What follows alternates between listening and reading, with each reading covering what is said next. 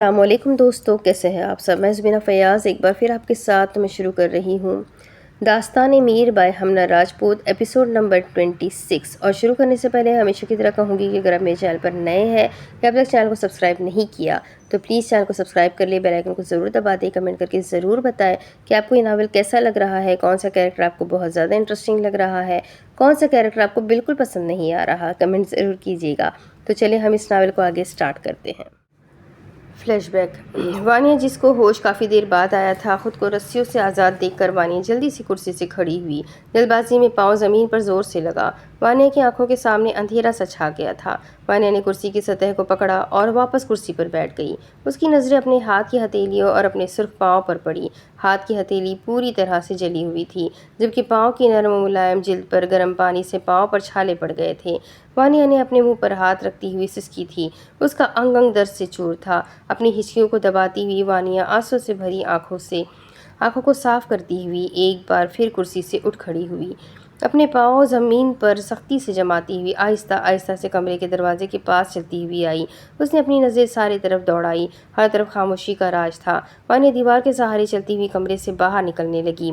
اچانک اس کے ہاتھ کی ہتھیلی کسی نوک نما چیز سے جا لگی۔ وانیا کے پورے وجود میں درد کی لہر اٹھی تھی۔ وانیا اپنے دانتوں تلے اپنی چیخ کا گلا گھونٹتی ہوئی اپنے قدم اپنے کمرے کی طرف بڑھا گئی۔ ہاتھ سے خون ابل ابل کر زمین پر اپنا نشان چھوڑ رہا تھا۔ وانیا کے وجود میں ہمت ختم ہو رہی تھی، لیکن وہ ہمت کا مظاہرہ کرتی اور اپنے حواسوں کو قائم رکھے ہوئے تھی۔ وانیا اپنے کمرے میں داخل ہوتی ہوئی لڑکھڑاتی قدموں سے اپنا پاسپورٹ اور اپنا کریڈٹ کارڈ جو اسے اپنے بیڈ کے نیچے سے ملا تھا، جس کی وجہ سے وہ اس دن گھر واپس آئی تھی، اور کئی لوگوں کے چہرے اس کے سامنے بے نقاب ہوئے تھے، وانیا اپنا ضروری سامان اٹھاتی ہوئی جلدی سے اپنے سیکرٹ روم میں چلی گئی۔ جانتی تھی اس کا غائب ہونا ان لوگوں کو بوکھلا کر رکھ دے گا۔ وانیا وہیں اپنے سیکرٹ روم میں رکھے بیڈ پر بیٹھ گئی۔ اس کا سیکرٹ روم بالکل اس کے کمرے کی طرح تھا، جب وہاں پر اس کی ضرورت کی سب چیزیں موجود تھی۔ اسے معلوم نہیں تھا کہ اسے کبھی اپنے سیکرٹ روم میں رکھی چیزوں کی ضرورت بھی پڑ سکتی تھی۔ وانیا بیڈ پر بیٹھی اپنے دونوں پاؤں کو بیڈ پر رکھتی، اپنے گھٹنوں میں سر کو رکھ کر پھوٹ پھوٹ کر روئی تھی۔ مما، آپ اپنی وانی کو بھی ساتھ لے جاتی مما، نہیں برداشت ہو رہا مجھ سے، تھک گئی ہے آپ کی وانی مما۔ مما، آپ دیکھ رہی ہیں آپ کی وانی کا ان لوگوں نے کیا حال کر دیا ہے۔ ایسا میرے وجود کا کوئی حصہ نہیں ہے جہاں پر ان کے ظلم کے نشان نہیں ہے۔ وانیا گھٹنوں میں سر رکھے ہوئے سسکتی ہوئی بولی، مما مجھے اپنی آغوش میں چھپا لے مما۔ وانیا پھوٹ پھوٹ کر اپنی ماں کو پکار رہی تھی۔ بیڈ کی ٹیک سے اپنا سر ٹکائے وانیا روتے ہوئے نیند میں چلی گئی تھی۔ اس کی آنکھ اپنے کمرے سے آتی ہوئی آوازوں سے کھلی تھی۔ وانیا کی نظر سامنے لگے دیوار پر لگے کیمرے میں اپنے کمرے میں نظر آتے یاور ملک، ایس کے اور بلاول کے چہرے کی طرف پڑی، جو اس کے کمرے کی ایک ایک چیز کو الٹ پلٹ کر دیکھ رہے تھے۔ وہ ان کے درمیان ہوئی باتوں کو سن رہی تھی اور استہزائیہ مسکرا دی۔ ان لوگوں کو خطرہ اس سے نہیں، اس کے پاس موجود ثبوتوں سے تھا۔ وانیا بیڈ سے اتر کر آہستہ آہستہ چل کر وارڈروب کی طرف اپنے قدم بڑھا گئی۔ اپنے دانتوں کو سختی سے میچتی ہوئی وانیا اپنے قدم بڑھا رہی تھی۔ پاؤں سے نکلا درد پورے وجود میں سرایت کر رہا تھا۔ ہاتھ کی ہتھیلی سے نکلتا خون خشک ہو چکا تھا۔ وانیا وارڈروب سے USB اور اس کے ساتھ رکھی فائل میں سے سرجری پیپر نکال گئی اور وارڈروب کے دوسرے دراز سے اپنی مطلوبہ چیز نکالتے ہوئے واپس بیڈ کی جانب اپنے قدم بڑھا گئی۔ وانیا اپنے ہاتھ میں پکڑی اپنی پینٹ اور شرٹ کو دیکھ رہی تھی۔ وہ ایسی ڈریسنگ کرنا چھوڑ چکی تھی، لیکن اسے آج ایسے ڈریس پہننے کی ضرورت پیش آ گئی تھی۔ وانیا اپنا ڈریس بمشکل چینج کرتی ہوئی واپس بیڈ پر بیٹھ گئی۔ ہاتھ اور پاؤں کی جلد جگہ جگہ سے چھل چکی تھی، لیکن وہ بے رحم بنی ہوئی بیٹھی ہوئی تھی۔ اس کے چہرے پر کسی بھی طرح کا تاثر نہیں تھا۔ وہ تو اپنے پورے وجود پر موجود ان کے تشدد کے نشان دیکھ کر گمسم ہو گئی تھی۔ اس کا دل خون کے آنسو رو رہا تھا۔ دل تھا خود کو ختم کر دے۔ خود پر ظلم اس نے خود کو ختم کرنے کے لیے تھوڑی برداشت کیا تھا۔ ان ثبوتوں کو ان کے اصل تک پہنچانے والی تھی، اس کے لیے وہ کسی بھی حد تک جا سکتی تھی۔ وانیا نے بیڈ سے USB پاسپورٹ اور اپنے کریڈٹ کارڈ کو اپنی پینٹ کی پاکٹ میں ڈالا، جبکہ بیڈ پر رکھے پیپرز کو احتیاط سے فولڈ کرتے اپنی پینٹ کی دوسری پاکٹ میں ڈالا اور وہی بیڈ کی سطح سے ٹیک لگا کر گہری رات ہونے کا انتظار کرنے لگی۔ رات کے 12 بجنے والے تھے اور ملک اور ایس کے دونوں گھر کے لاؤنج بیٹھے ہوئے تھے، جبکہ ان کے سامنے کھڑا بلاول ان دونوں کو ہی دیکھ رہا تھا۔ اس نے ہر جگہ پر وانیہ کو تلاش کیا تھا، لیکن وہ اسے کہیں پر بھی نہیں ملی۔ ملتی بھی کیسے؟ وہ تو گھر پر ہی موجود تھی، ایسی جگہ پر چھپی ہوئی تھی جہاں تک ان لوگوں کی رسائی ممکن ہی نہیں تھی۔ وہ لوگ جان ہی نہیں سکتے تھے کہ وانیہ گھر پر ہی موجود تھی۔ بلاول کو ناکام لوٹتا دیکھ کر ان دونوں کے چہرے سرد اور سپاٹ ہوئے تھے۔ ایک زخمی اور چھٹانگ بھر کی لڑکی نے ان لوگوں کو بوکھلا کر رکھ دیا تھا۔ وہ اپنا سب کالا چٹھا سب کچھ اسے بتا چکے تھے۔ وہ دونوں بلاول کو گھر کے باہر الرٹ رہنے کا کہتے ہوئے اپنے کمروں میں چلے گئے تھے، جبکہ بلاول جی باس کہتا ہوا باہر کی طرف اپنے قدم بڑھا گیا اور مین گیٹ کے باہر الرٹ ہو کر کھڑا ہو گیا۔ وانیہ اپنے سیکرٹ روم سے نکل کر باہر اپنے کمرے میں واپس آئی تھی۔ ایک نظر اپنے کمرے کو دیکھ کر زخمی سا مسکرائی اور اپنے کمرے کی وارڈروب سے اس نے سیاہ برقع نکالا۔ سیاہ برقعے کو دیکھ کر کتنی ہی یادیں اس کے ذہن میں گڑ مڑ ہوئی تھی۔ وانی، میری خواہش تمہیں سیاہ برقعے میں دیکھنے کی ہے کہ تم میرا دیا یہ سیاہ برقع تب پہننا جب تم اور میں ایک ساتھ اپنے اللہ کے گھر کو دیکھنے کے لیے جائیں گے۔ میری ہمیشہ سے خواہش رہی تھی کہ میں اپنی محرم کو برقع پہنے دیکھوں۔ پہنو گی نا اپنے حیدر کے لیے؟ حیدر کے نکاح سے پہلے کی جانے والی گفتگو اسے اپنے آس پاس محسوس ہو رہی تھی۔ وانیہ نے آنسو سے بھری آنکھوں سے سیاہ برقعے کو دیکھا۔ کئی آنسو ٹوٹ کر سیاہ برقعے میں جذب ہوئے۔ اپنی لبوں کو کاٹتی ہوئی وانیہ نے سیاہ برقعے کو زیب تن کیا، اپنے ہاتھوں کو اچھی طرح سے سیاہ برقعے کے بازو میں چھپاتی ہوئی ایک آخری نظر اپنے کمرے کو دیکھ کر کمرے سے باہر آئی۔ سارے گھر میں سناٹا چھا گیا تھا۔ وانیہ آہستہ آہستہ بغیر کوئی آواز کے نیچے کچن کی طرف آئی۔ کچن کے اندر بنا بڑا سا کیبنٹ جو دیکھنے میں بالکل عام کیبنٹ کی طرح تھا، لیکن کیبنٹ کے پیچھے ایک خفیہ راستہ تھا جو سیدھا گھر سے کافی دور نکلتا تھا۔ وہ جانتی تھی گھر کے کسی خفیہ راستے کے بارے میں اس کے بہروپیہ بنے باپ کو کچھ معلوم نہیں تھا۔ وانیہ گہرا سانس بھرتی ہوئی کیبنٹ کے اندر سے نکلتے ہوئے راستے کی جانب آئی۔ سب کچھ پہلے کی طرح کرتی وانیہ اس صدیقی ولا سے نکلتی چلی گئی۔ لوٹ کر آؤں گی میں اپنے ساتھ ان سب کی بربادی لے کر آؤں گی۔ وانیہ دل میں عہد باندھتی ہوئی جہاز کی سیٹ سے سر کو ٹکا گئی تھی۔ وہ نیند میں تھی، اسے ایسا محسوس ہو رہا تھا جیسے کوئی رو رہا ہو۔ وانیہ نے اپنی آنکھیں وا کی اور اپنی نظریں اپنے ارد گرد دوڑائی۔ سب اپنی اپنی سیٹ پر اپنی آنکھیں موندے ہوئے تھے۔ وانیہ گہرا سانس بھر گئی۔ 19 گھنٹے کی فلائٹ کے بعد وانیہ ایئرپورٹ کے باہر کھڑی ہوئی تھی، اپنے چہرے پر سے نقاب کو ٹھیک کرتی ہوئی ایئرپورٹ سے باہر کھڑی گاڑیوں میں سے ایک گاڑی والے کی گاڑی میں بیٹھ گئی۔ گاڑی والے کو گھر کا ایڈریس بتاتی ہوئی وہ گاڑی سے باہر نظر آتے مناظر کو دیکھنے لگی۔ کچھ ہی دیر میں ڈرائیور نے گاڑی اسلان شاہ کے گھر کے تھوڑے سے فاصلے پر کھڑی کی تھی۔ وانیہ گاڑی والے کو پیسے دیتی ہوئی گاڑی سے اتر کر گیٹ کی جانب اپنے قدم بڑھا گئی۔ اس کی گاڑی نے پہلے ملک ولا کی جانب کا رخ کیا تھا۔ وانیہ کو گارڈ سے معلوم ہوا تھا حیدر شاہ مینشن میں موجود ہے۔ وانیہ واپس اس گاڑی میں بیٹھ کر رات کے 2 بجے کے قریب شاہ مینشن کے باہر کھڑی تھی۔ گاڑی والا واپس جا چکا تھا۔ وانیہ گیٹ کے پاس کھڑی ہوئی، تبھی باہر گیٹ پر کھڑا گارڈ اس کی طرف متوجہ ہوتا ہوا اس کے یہاں کھڑے ہونے کی بابت پوچھنے لگا۔ وانیہ اس گارڈ کے پوچھنے پر اس کے لب واہ ہوئے۔ اگلے ہی پل گارڈ سے اسے شاہ مینشن کے اندر جانے کی اجازت دی گئی تھی۔ گارڈ نے اسے شاہ مینشن کے اندر جانے کی اجازت دی تھی۔ وانیہ اندر گھر کے لاؤنج کے بند دروازے کو کھولتی ہوئی اندر داخل ہوئی۔ سامنے ہی اسلان شاہ کو کھڑے دیکھ کر وانیہ خود پر ضبط کھوتی ہوئی اس کے سینے سے لگی تھی۔ اسے اس وقت کسی اپنے کی ضرورت تھی جس کے گلے لگ کر وہ رو سکتی تھی، جسے وہ اپنے اوپر ہوئے ظلم کی داستان سنا سکتی تھی۔ وانیہ سب کو اپنے اوپر ہوئے ظلم کی داستان سناتی ہوئی پھوٹ پھوٹ کر روتی تھی، جبکہ سب ساکت نظروں سے وانیہ کو دیکھ رہے تھے۔ سب کے چہروں پر بے یقینی تھی۔ وہاں شاہ نے وانیہ کو اپنے سینے سے لگایا۔ وہاں بیٹھے سب کی آنکھیں نم ہوئی تھیں۔ وانیہ پر ہوئے ظلم کی داستان کو سن کر لاؤنج کے باہر دروازے پر کھڑے انسان کی پوری ہستی ہل گئی تھی، جبکہ باہر کھڑا وجود اپنے دل کے مقام پر اپنا ہاتھ رکھتے ہوئے زمین پر بیٹھتا چلا گیا۔ تم نے محبوب کے لبوں سے عشق کی داستان سنی ہوگی، ہم نے تو محبوب کے لبوں سے اس پر ہوئے ظلم کی داستان سنی ہے۔ ہمنا راجپوت۔ وہ چاروں شاہ مینشن کے داخلی دروازے میں ایک ساتھ داخل ہوئے تھے۔ حیدر اپنی گاڑی گیراج میں کھڑی کرتے ہوئے گاڑی سے باہر آیا اور مرحا کی طرف سے گاڑی کا دروازہ کھول کر اسے گاڑی سے باہر نکالتے ہوئے اپنے حصار میں لے گیا۔ تب تک نور العین اور احد خان زادہ اپنی بائک سے اتر کر ان دونوں کی جانب آ گئے تھے۔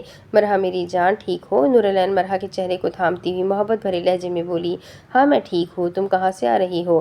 مرحا اپنا حال بتاتے ہوئے آخر میں اس سے سوال کیا کیونکہ وہ ابھی تک ولیمے کی ہیوی ڈریس میں موجود تھی۔ حیدر نے اپنی آئی بروز کا کر احد خان زادہ کی طرف دیکھا۔ وہ میں احد بھائی کے ساتھ بائک پر بیٹھ کر سیر کرنے گئی تھی، نور العین مرحا کو خوشی سے بتاتی ہوئی بولی۔ اس کے چہرے پر خوشی کی چمک واضح نظر آ رہی تھی۔ کس خوشی میں؟ مرحا نے اپنی آنکھیں سکیڑ کر نور العین سے پوچھا۔ میری شادی کی خوشی میں، نور العین اپنے دانتوں کی نمائش کرتی ہوئی بولی۔ مرحا نے اس کی بات پر مسکرا کر سر کو جھٹکا۔ حیدر اور احد خان زادہ ان دونوں کو ایک دوسرے کے ساتھ مگن دیکھ کر مسکرا رہے تھے۔ اوئے تیرے ہاتھ میں کیا ہے؟ حیدر نے احد خان زادہ کے ہاتھ میں پکڑے 3-4 شاپر کو دیکھ کر پوچھا۔ آپ کی محبوبہ کے لیے چاکلیٹ، احد خان زادہ نے حیدر کو جواب دیا۔ حیدر کو حیرت کا جھٹکا لگا۔ واٹ؟ یہ نہیں ہو سکتا۔ حیدر صدمے بھری آواز میں بولا۔ کیا نہیں ہو سکتا؟ احد خان زادہ اس کی حالت سے محفوظ ہوتے ہوئے بولا۔ میری محبوبہ کو چاکلیٹ تم نہیں دو گے، اسے چاکلیٹ دینے کا حق میرا ہے۔ حیدر احد خان زادہ کی طرف دیکھ کر دانت پیستے ہوئے بولا۔ آپ کا حق کیسے ہوا؟ آپ کون سا اسلان بھائی کی بیگم ہے؟ احد خان زادہ اپنی آنکھیں چھوٹی کرتے ہوئے بولا۔ میں اس کی محبوبہ ہوں، بیگم میں بن نہیں سکتا اور تمہیں میں اسے یہ چاکلیٹ دینے نہیں دوں گا۔ حیدر احد خان زادہ سے بولتا ہوا ساتھ ہی اس کے ہاتھ سے تینوں شاپر کو پکڑ گیا۔ انایا بچے، حیدر بھائی تمہارے شاہ پر گندی نظریں ڈال رہے ہیں۔ احد خان زادہ اپنے ہاتھوں سے تینوں شاپر چھین جانے پر ایک نظر حیدر کو گھورتے ہوئے اور ایک نظر نور العین انایا کو دیکھ کر بولا، جو مرحا کے ساتھ لگی ہوئی آج کی اپنی ساری کارستانی بتا رہی تھی۔ نور العین احد خان زادہ کے پکارنے پر اس کی جانب دیکھا اور مرحا کا ہاتھ تھام کر ان کے قریب کھڑی ہوئی۔ کیا ہوا بھائی؟ نور العین احد خان زادہ کی طرف دیکھ کر بولی۔ بچے، اپنے شوہر کو اس شخص کی گندی نظروں سے بچاؤ جو تمہارے شوہر پر خواہ اپنا حق جما رہا ہے۔ احد خان زادہ حیدر کی طرف اشارہ کرتے ہوئے نور العین کو بولا۔ حیدر لالا کی نظریں گندی نہیں ہے، وہ تو بہت اچھے ہیں۔ نور العین منہ بناتی ہوئی بولی۔ تمہارے شوہر کے معاملے میں میری بہن اس شخص کی نظریں گندی ہے۔ احد خان زادہ نور العین کے گال کھینچتے اپنی بات پر زور دیتے ہوئے بولا۔ وہ دیکھ سکتا تھا نور العین کی بات پر حیدر کے چہرے پر سجی مسکراہٹ۔ نور العین نے اپنے گال سہلاتے ہوئے احد کو گھورا۔ احد نے اپنے دانتوں کی نمائش کی۔ نور العین کے ساتھ وہ ہمیشہ بچہ بن جاتا تھا۔ ہائے میری بہن، کیا جواب دیا تم نے لوگوں کو؟ حیدر نور العین کو اپنے حصار میں لیتے ہوئے اس کے سر پر عقیدت سے لب رکھتے ہوئے بولا۔ نور العین مسکرائی تھی۔ نور العین بچے، آپ کو اپنے لالا سے شادی کا گفٹ کیسا چاہیے؟ حیدر نور العین کو اپنے حصار میں لیے ہوئے بولا۔ وہ چاروں آہستہ آہستہ اپنے قدم اندر کی جانب بڑھا رہے تھے۔ مرحا حیدر کی بائیں جانب بازو کے حصار میں تھی۔ طبیعت اس کی پہلے سے کافی بہتر تھی۔ احد خان زادہ ان لوگوں کے پیچھے ہی ان تینوں شاپر کو اٹھائے ہوئے تھا۔ حیدر چلتے چلتے ہی وہ تینوں شاپر اس کی طرف اچھال گیا تھا۔ مجھے آپ سے گفٹ لالا، میری حفاظت جو آپ نے ہمیشہ میری کی ہے۔ میں چاہتی ہوں آپ ہمیشہ میری اور مرحا اور وانیہ بھابھی کی حفاظت کریں۔ نور العین مسکرا کر بولی تھی۔ انشاءاللہ میں ہمیشہ تم تینوں کی حفاظت کروں گا میرے بچے۔ حیدر رکتے ہوئے دونوں کو اپنے سینے سے لگاتے ہوئے بولا۔ حفاظت چھوٹا لفظ نہیں تھا، ایک ذمہ داری تھی، ایک یقین تھا وہ اس کی حفاظت کرے گا۔ ان تینوں کو ایک ساتھ لگے دیکھ کر احد خان زادہ نے پیچھے سے حیدر سے گلے لگا تھا۔ اس کے اس حرکت پر تینوں مسکرا دیے۔ وہ چاروں مسکراتے ہوئے راہداری سے ہوتے ہوئے لاؤنج کے دروازے کے باہر کھڑے ہوئے تھے کہ اندر سے آتی درد بھری سسکیوں پر سجدہ رہ گئے تھے۔ حیدر نے اپنے قدم آگے کی طرف بڑھائے۔ لاؤنج کا دروازہ کھولتے ہوئے اندر لاؤنج سے آتی ہوئی آواز اور اس شخص کی طرف حیدر کی نظر ساکت ہو گئی تھی۔ آنکھیں سامنے وحاشا کے سینے سے لگی وانیہ کی طرف پڑی۔ اس کے چہرے پر نشان دور سے ہی نظر آ رہے تھے۔ اس کی سسکیاں حیدر کو اپنے ارد گرد آکسیجن کی کمی محسوس ہوئی۔ وہ تینوں بھی ساکت نظروں سے سامنے کے منظر کو دیکھ رہے تھے۔ وہ منظر ان تینوں کے لیے کسی تکلیف سے کم نہیں تھا۔ حیدر لاؤنج کے دروازے کے باہر اسٹل کھڑا تھا۔ پورا وجود کپکپاہٹ کا شکار ہوا تھا، پاؤں چلنے سے انکاری تھے۔ اس کی آنکھوں سے نکلتے آنسو حیدر کو اپنے دل پر گرتے ہوئے محسوس ہو رہے تھے۔ حیدر نے اپنے قدم اندر کی جانب بڑھانے کے لیے بڑھائے، لیکن ایک قدم بھی بڑھا نہیں پایا تھا۔ ایسا محسوس ہو رہا تھا جیسے وہ ٹانگوں سے معذور ہو چکا ہو۔ حیدر ابھی وانیہ کی حالت دیکھ کر سنبھلا نہیں تھا کہ وانیہ کی درد بھری آواز میں خود پر گزری ظلم کی داستان سن کر حیدر کا سانس اس کے سینے میں اٹکا تھا۔ آنکھوں سے آنسو نکلتے اس کی بیئرڈ میں جذب ہوئے۔ اس نے ابھی تو نور العین سے ان تینوں کی حفاظت کا وعدہ لیا تھا، وہ تو اپنی بیوی کی حفاظت ہی نہیں کر پایا۔ حیدر کے قدم لڑکھڑائے۔ حیدر نے دیوار کو ماتھا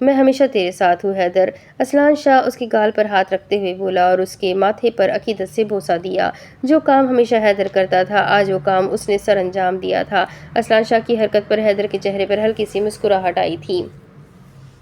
اسلان شاہ حیدر اور وانیہ کو کمرے میں چھوڑ کر خود نور العین کا ہاتھ تھامے ہوئے اپنے کمرے میں چلا گیا، جبکہ نور العین اپنی میکسی کو ایک ہاتھ سے تھامے ہوئے اس کے ہم قدم ہو کر چل رہی تھی۔ اسلان شاہ کمرے میں داخل ہوتے نور العین کا ہاتھ تھامے ہی اسے اپنی وارڈروب کی طرف اپنے قدم بڑھاتے ہوئے اسے اپنی وارڈروب سے اپنا ٹراؤزر اور شرٹ پکڑاتے اسے ڈریسنگ روم میں جانے کا اشارہ کر گیا۔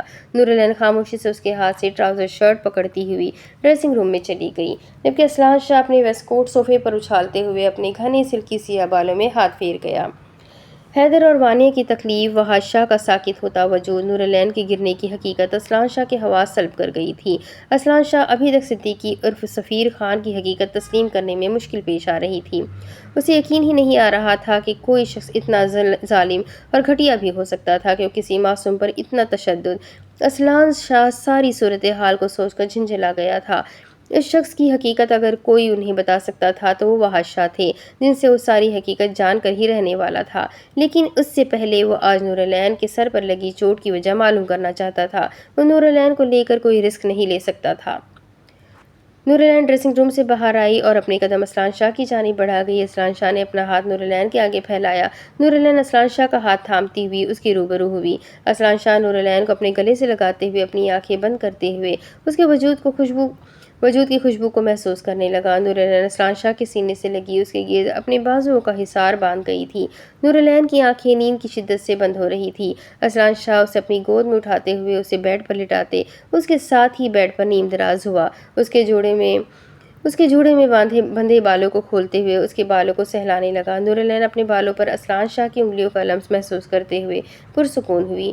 نور اسلان شاہ جو اس کے بالوں کو نرمی سے سہلا رہا تھا اسے نیند میں جاتے دیکھ کر اسے بے ساختہ پکار گیا۔ جی؟ نور العین نیند میں ڈوبی ہوئی آواز میں بولی۔ آپ سے ایک بات پوچھوں؟ اسلان شاہ اپنے ہاتھوں کو اس کے بالوں سے ہٹاتے ہوئے اس کے ہاتھ کی انگلیوں میں اپنی انگلیاں الجھاتے ہوئے بولا۔ نور العین اسلان شاہ کی بات پر اپنی آنکھیں وا کر گئی اور سوالیہ نظروں سے اسے دیکھنے لگی۔ آپ کے سر پر چوٹ کا نشان ہے، آپ جانتی ہیں یہ چوٹ آپ کو کیسے لگی تھی؟ اسلان شاہ اپنا ایک ہاتھ اس کے ہاتھوں سے نکالتے ہوئے اس کے سر پر رکھ گیا جہاں پر چوٹ کا نشان موجود تھا۔ یہ چوٹ کا نشان؟ نور العین اپنے سر پر رکھے اسلان شاہ کے ہاتھ پر ہاتھ رکھتی ہوئی بولی۔ اسلان شاہ نے ہنکارا بھرتے ہوئے جواب دیا۔ یہ چوٹ نا شاہ مجھے جھولے سے گرنے کی وجہ سے لگی تھی، بابا نے ایک بار مجھے اس چوٹ کے بارے میں بتایا تھا۔ نور العین اسلان شاہ کو جواب دیتی ہوئی بولی۔ وہ نہیں سمجھ سکی تھی اسلان شاہ کے سوال کو، لیکن جو اسے معلوم تھا وہ اسلان شاہ کو بتا چکی تھی، جبکہ اسلان شاہ کا ذہن تو زرتاشا کی بات پر اٹک گیا تھا۔ نور العین کے سر پر جو چوٹ کا نشان نظر آ رہا ہے وہ زیادہ اونچائی سے گرنے کی وجہ سے آیا ہے، جس کی وجہ سے نور العین کے سر میں خون جم گیا ہے۔ اس وجہ سے وہ اپنے ساتھ ہوئی کچھ واقعات کو بھول جاتی ہے۔ اسلان شاہ گمسم بیڈ پر نیم دراز بیٹھا زرتاشا کی باتوں کو سوچ رہا تھا کہ نور العین کے پکارنے پر اس کی طرف متوجہ ہوا۔ شاہ! نور العین اسلان شاہ کو گمسم ہوتے دیکھ کر اس کا کندھا ہلاتے ہوئے اسے پکار رہی تھی۔ اسلان شاہ نے نور العین کی طرف دیکھا جو اسے نیند میں ڈوبی آنکھوں سے دیکھ رہی تھی۔ آپ نے کیوں پوچھا شاہ؟ نور العین اسلان شاہ کے سینے پر سر رکھتے ہوئے بولی۔ ویسے ہی۔ اسلان شاہ اسے اپنے سینے میں بھیجتے اس کی گردن کے گرد اپنے ناک کو لے جاتے اس کے وجود کی خوشبو کو انہیل کرتے ہوئے گہرا سانس بھرتے ہوئے بولا۔ ایک وہی تو تھی جو اس سے ہر ٹینشن سے دور لے جاتی تھی۔ اسلان شاہ اس کے چہرے پر ناسمجھی کے تاثرات دیکھتے ہوئے اس کے ماتھے پر بوسہ دیتے ہوئے اس کے گرد اپنا حصار بناتے ہوئے اپنی آنکھیں موند گیا۔ سو جائے قلبِ نور، اسلان شاہ اسے اپنے سینے سے لگاتے ہوئے بولا۔ نور العین اس کے گرد اپنا حصار بناتی ہوئی اپنی آنکھیں موند گئی۔ اب اس کے آگے کی کہانی میں آپ کو اگلے ویڈیو میں سناؤں گی کہ آگے کیا ہوگا، یہ جاننے کے لیے میرے ساتھ بنے رہے۔ ناول کافی انٹرسٹنگ ہے۔ ویڈیو کو لائک کریں، چینل کو سبسکرائب کریں، بیل آئیکن کو ضرور دبائیں، اپنے کانٹیکٹ میں اس ناول کو شیئر ضرور کریں کیونکہ ناول بہت مزیدار ہے اور یہ رائٹر کا حق ہے۔ تو چلیں ملتے ہیں اگلی ویڈیو میں، تب تک کے لیے اپنا خوب سارا خیال رکھیں، مجھے بھی دعاؤں میں یاد رکھیں۔ اللہ حافظ۔